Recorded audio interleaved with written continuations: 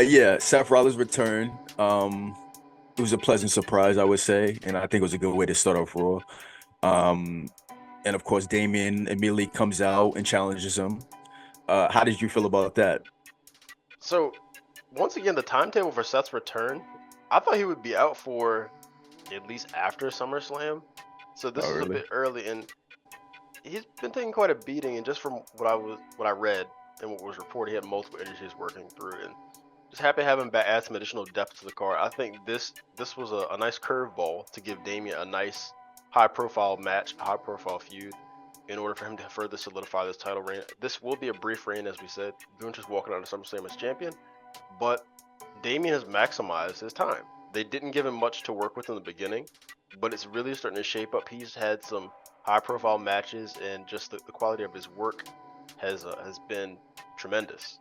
And so I'm very pleased with that. And like I said, him beating Seth Rollins, which I really hope that's the direction they're going. I don't want to see Seth Rollins versus Gunther. I really don't.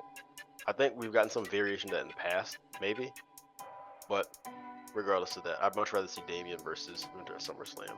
Let me ask you this too, because people was upset that Seth just came in and just got a title shot right off the back. How did you feel about that? Did you worry you or concern you or no? I'm glad It you was asked. because people was I did also see somebody say there was a rematch clause, the thing that Becky Lynch said the same thing, got her that No, still case match. Yeah, so that but how that do you feel? rematch clause thing is a crock of because It they. is. I mean, I understand sometimes it is warranted. Like a rematch is fine, but I clearly remember them saying on programming that they're doing away with automatic rematch clauses. Fine. My problem is when you make rules and then you don't play by your own rules. That's what irritates me. And the problem previously with the rematch clause is that you would have these feuds that just drug on forever. You would have Joshua versus Bryan for 5 months and much of nothing getting done. And so with Seth getting this title shot, I was a little bit irritated with the fact that yes, he just came fresh back off an injury and he's already in the title program. 4 championships that he lost. He lost. It's back of the line. But I don't know. Maybe since he's one of those superstars, he is. Maybe since he's one of their superstars and high-profile workhorses, that he does have that rematch clause in his specific contract, not specific to the championship, and you automatically lose, you get a rematch. But maybe for him, okay, fine, let's operate on that premise. But my main problem was the fact Damian was the one challenging him. Damian issued the challenge, and I can understand why Damian wants to solidify that and erase any shadow of a doubt in anyone's mind that he is a fighting champion, that he is a good champion, that he can win. But the only problem I have with that is that Judgment Day will likely interfere.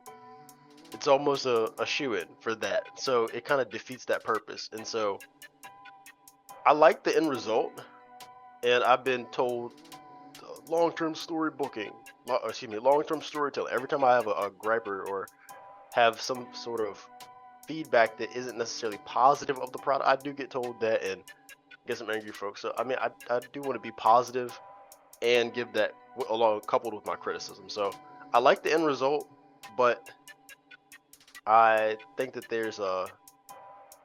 I think there's some validity to the issues that people have in terms of jumping the gun or jumping the line for Seth, and then with Damian wanting to prove himself, you know that Judgment Day is going to interfere. So it kind of is a little bit redundant in that regard. But anyhow, they're both going to cook up something cool for us at Money in the Bank.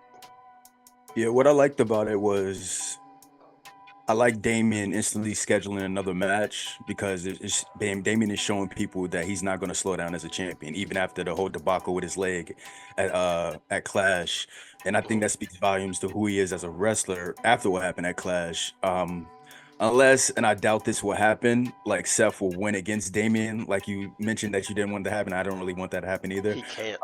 Yeah, like he'll somehow win against Damien, and maybe, and I would think maybe he will only win against Damien because of his leg injury, because he'll have to take time off because of leg injury. That's the only reason I think Seth will actually win.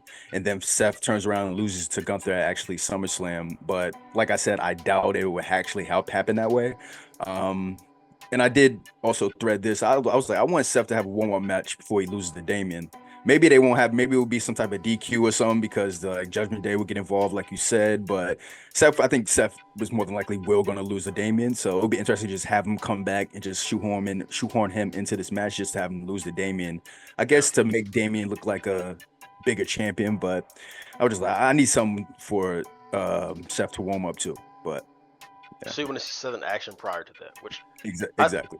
he'll probably. That's not going to be hard to predict. He's probably going to beat up JD or Finn or one of the other miscreants that they have on their maybe. Oh, right, is it in a singles match, right? Yeah, yeah. Because like it's very formulaic when you're building a feud. There's 4 possible ways this could go. It could go, well, Dominic's out because he's still injured, I think. Even though he's not wearing the sling, he's still hurt. So, excuse me, 3. He can go the Finn route, he can go the Carlito route, or the JD. I think it's going to be the Finn route.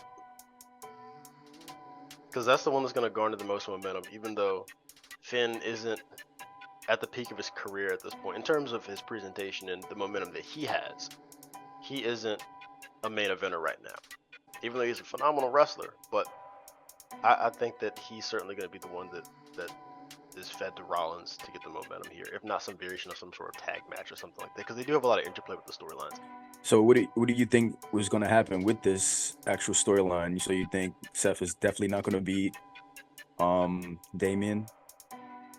I can't say that Damian's going to beat him, but Seth is not going to win the match, if that makes sense.